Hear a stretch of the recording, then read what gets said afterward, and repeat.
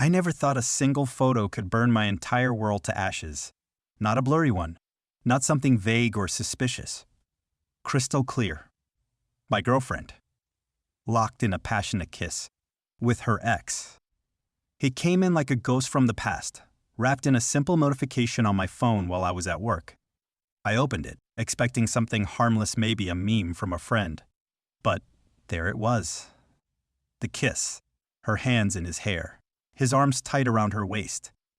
Her eyes closed like she was exactly where she belonged. Below the photo was a message. 5 words. That's all it took to make my heart stop. Still think she's over me? I couldn't breathe. I actually dropped my phone. It was like being sucker punched in the middle of a dream. A dream I didn't want to wake up from, because waking up meant accepting that everything I believed in might have been a lie. I stared at the screen for what felt like forever. That kiss didn't just feel like betrayal. It felt like mockery. Like a slap across the face delivered by the very person I trusted most. How could she do this to me? We were planning our future. We talked about marriage. Kids. We laughed at people who held onto their pasts like broken records. And yet here she was pressed against the very past she swore she was done with. Was I stupid to believe her? Was I just some rebound? Some safe harbor while her heart still wandered back to where it truly belonged? I didn't know what hurt more, the kiss, or the fact that she didn't even try to hide it. Because if he had that photo, that meant she let him take it. Worse, she didn't know I had it. Not yet. And suddenly I wasn't just heartbroken. I was angry, boiling. Because now, I had a decision to make. Do I confront her? Do I walk away? Or do I play the game her ex just started? He wanted a reaction. He wanted to mess with my head. But he forgot one thing I don't lose quietly. My name is Adil. I'm a 29-year-old software engineer with a soft heart and a habit of falling too hard too fast. I've never been the kind of guy who plays games. I don't ghost people. I don't cheat. I don't run from problems. When I love someone, I stay. I commit. Maybe that's why when Zoya came into my life, I didn't just fall, I crashed. We met through a mutual friend at a wedding where she wore a bottle green dress and laughed like she didn't care who was watching. That laugh? That's what did it for me. She wasn't like other girls I'd met. Zoya had this strange mix of chaos and calm. She could light up a room and still make you feel like you were the only one in it. She was studying interior design, passionate about aesthetics, always dreaming of colors, fabrics, and spaces that felt alive. I, on the other hand, was all logic and code. But somehow we clicked. Zoya said she liked that I listened, that I didn't interrupt, that I didn't try to fix her feelings, I just let her feel them. I liked that she challenged me. She didn't just agree to everything I said. We were different in so many ways, but in all the right ways, we fit. Our relationship grew slowly, like music building toward its favorite chorus. Late-night drives, long voice notes, random surprises. And this one time, when I had a horrible fever, she came over with soup and made me binge-watch old black and white movies. No one had ever taken care of me like that. I loved her. And the best part? She told me she loved me too. Every day. In 100 little ways. We were planning to move in together. Talked about renting a place with a balcony so she could grow her plants and I could finally escape my bachelor pad mess. She even designed a mock living room layout for us. Said she could already imagine us cuddling on the beige sofa she picked from Pinterest. I knew about her ex, Faisal. She told me early on. Said he was a lesson, not a soulmate. But he cheated, lied, manipulated. That when she left him, she swore she'd never go back to that version of herself again. I believed her. Because Zoya never seemed like the kind of person who looked back. She walked like someone who had already survived a storm. She met my mom. She helped me pick a new shirt for a big work meeting. She cried in front of me when she missed her dad, who passed away 2 years ago. I saw parts of her no one else did. So when I got that picture when I saw her in his arms again, a part of me didn't want to believe it. Because this wasn't just betrayal. This was the undoing of every promise we made. But before I could confront her, before I could even decide what to do next, I had to face one truth. The woman I loved, the one I thought I knew inside out, might still belong to the very past she swore she escaped. It started with something small. It always does, doesn't it? Zoya had become distracted. Not distant exactly. Just off. She still replied. Still smiled. Still laughed at my jokes. But sometimes her eyes weren't really there. She started canceling plans more often. Babe, I'm exhausted. Work was crazy. Can we do this tomorrow? And I believed her. I wanted to believe her. Until that one night. I had just finished work late around 11 p.m. I was passing by a cafe near her apartment, and I swear, I wasn't trying to catch her doing anything. I just saw her, through the glass, sitting across from someone. At first I smiled.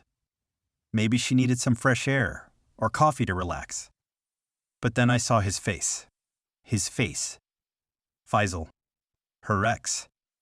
The one she swore was ancient history. They were talking, leaning in, too close. Too familiar. She didn't see me. Or maybe she did and didn't care. I didn't confront her that night. I went home trying to make sense of it. Maybe it was innocent. Maybe they just ran into each other. Maybe she was finally getting closure. But in the pit of my stomach, I felt it. That cold, growing certainty. This wasn't over between them. Not like she claimed. The next day, I tried to be normal. I texted her, "How was your evening?" She replied 10 minutes later, "Just stayed home, took a nap." Was exhausted, sleeping face. I stared at that message. Felt the lies wrap around me like vines. Choking me. I didn't reply. That's when I started noticing more cracks. She stopped using our shared calendar. Missed my cousin's engagement party without even texting. She kept her phone locked tighter than before. And whenever I asked if she was okay, she'd snap. "Why are you being so paranoid? Stop overthinking everything." "I'm just tired, Adil. Can't I be tired?" Tired. She said that a lot. And then 2 days later, it happened. I was at my desk at work, sipping cold chai, scrolling through emails, when I saw the notification. A message. From a number I didn't recognize. No name. No introduction. Just an image. Zoya. Faisal. Their lips locked. Hands roaming.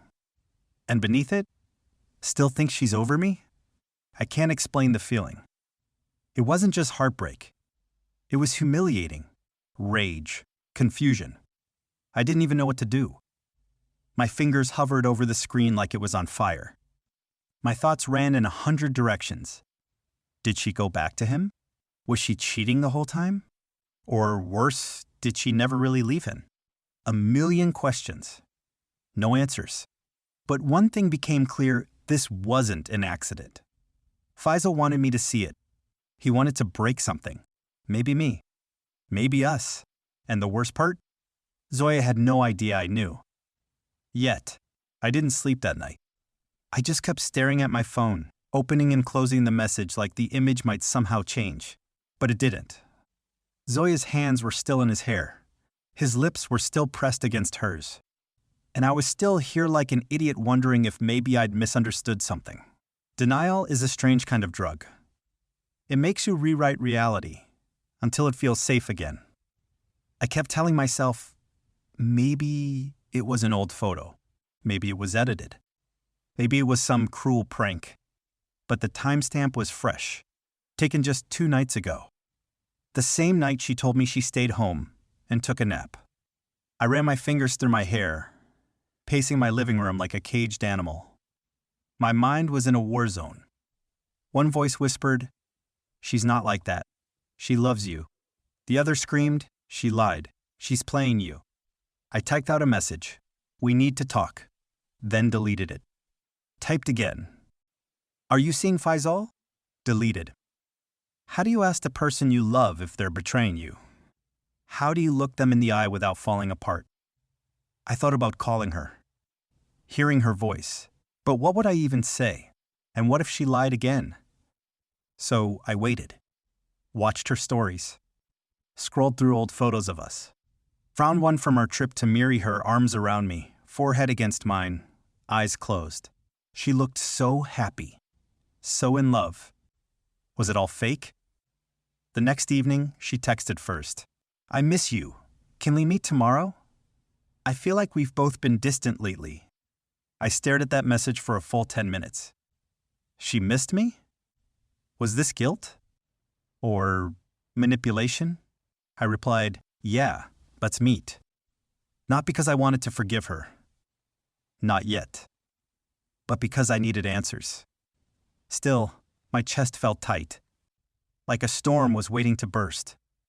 What if she confessed? What if she denied it? What if she gaslighted me? The next day, we met at our usual spot, this small rooftop cafe she loved, because the chai tastes like home. She looked radiant, like betrayal didn't weigh on her at all. A soft smile. A kiss on my cheek. Her fingers slid into mine across the table like nothing had changed.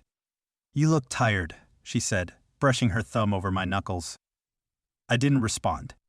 ADO, what's wrong? I looked at her. Really looked, trying to find some trace of guilt in her eyes. But all I saw was softness, familiarity, comfort, and that made it worse. I pulled my hand away. Are you still in touch with Faisal? Her smile faded. What? No. Why would you ask that? Lies. So smooth. So I practiced. Don't lie, Zoya. I saw you with him at the cafe 2 nights ago. She blinked. Once. Twice. Then I looked away. It's not what you think, really?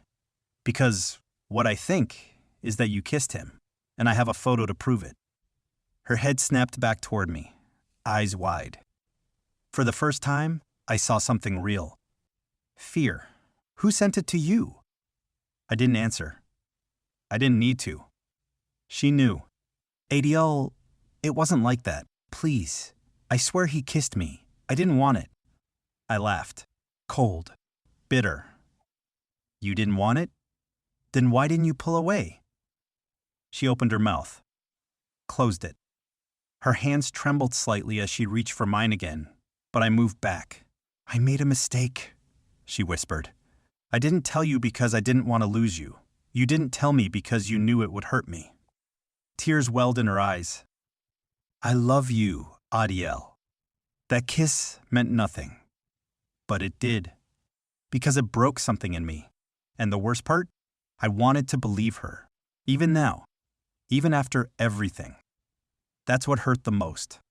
I thought that kiss was the worst part.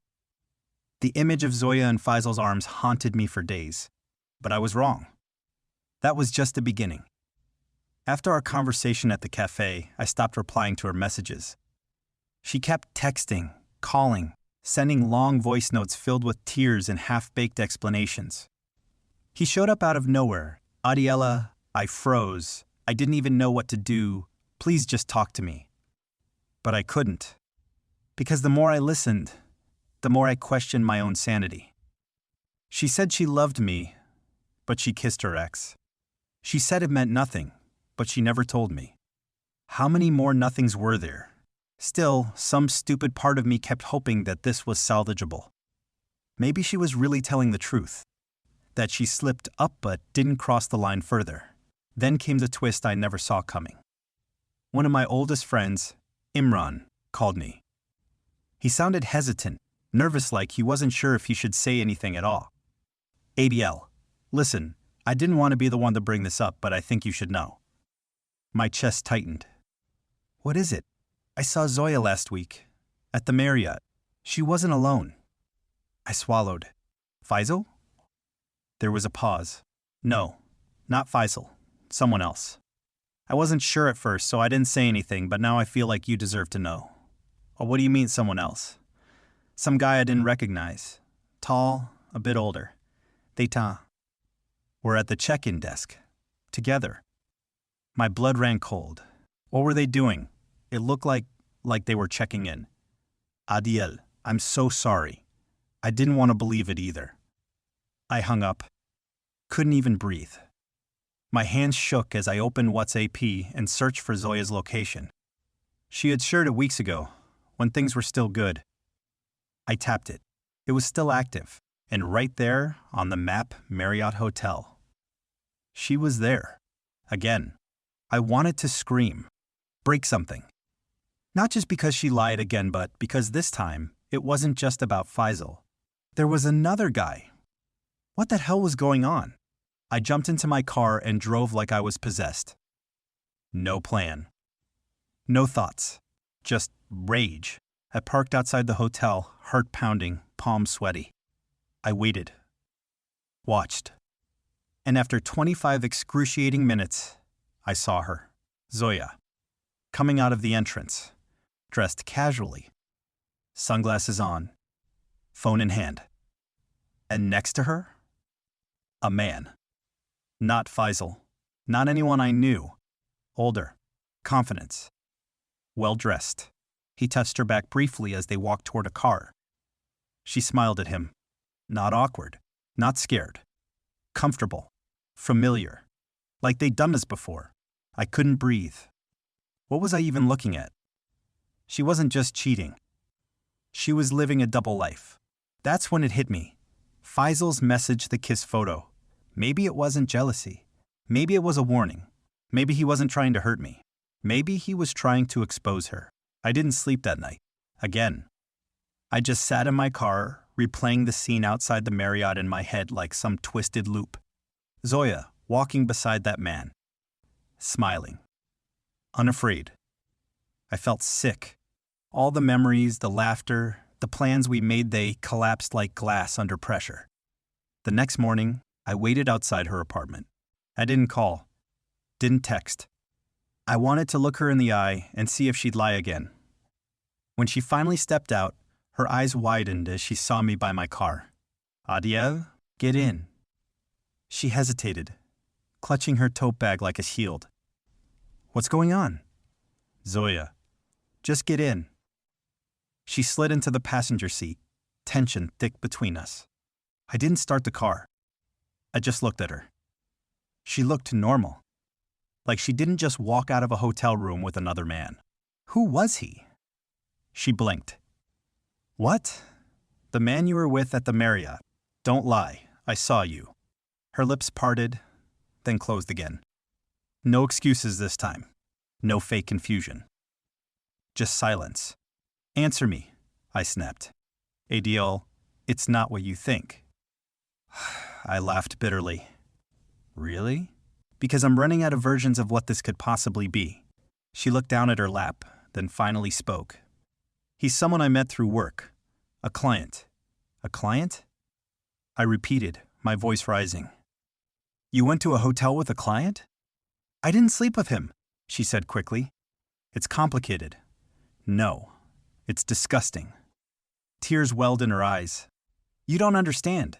I didn't plan for this to happen. I was lonely. Things between us have been, don't you dare blame this on me. I cut her off. You kissed your ex, then met someone else behind my back. Don't act like this was some emotional accident. She looked at me, eyes full of something I couldn't recognize. Not guilt. Not sorrow. Something colder. You think you're perfect, Adiel? Always working, always distant. You barely noticed when I was falling apart. I stared at her, stunned. So that's your justification? I didn't coddle you enough? So you gave yourself to someone else? I was drowning, and you weren't there, she whispered. So you let someone else pull you under? I snapped. Then what was I? Just a placeholder? A comfort zone until someone more exciting showed up? She didn't answer. That silence, that was the real answer. I reached into my pocket and pulled out my phone. You know what's funny? Faisal warned me. That picture he sent, I thought he was trying to mess with me. But maybe he wanted me to see who you really are. Zoya's face twisted with guilt, no. Shame. Finally, you're not the person I fell in love with, I said quietly.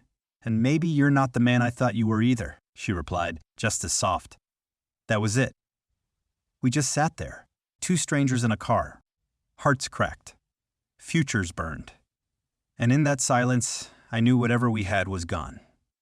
That night, I packed everything that reminded me of her.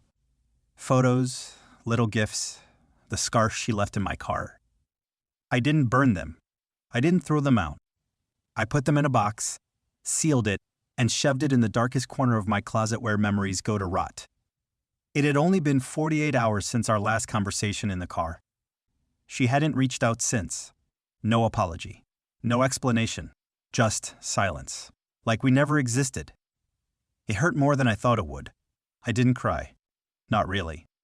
But sometimes at night I'd lie awake and feel this heavy tightness in my chest.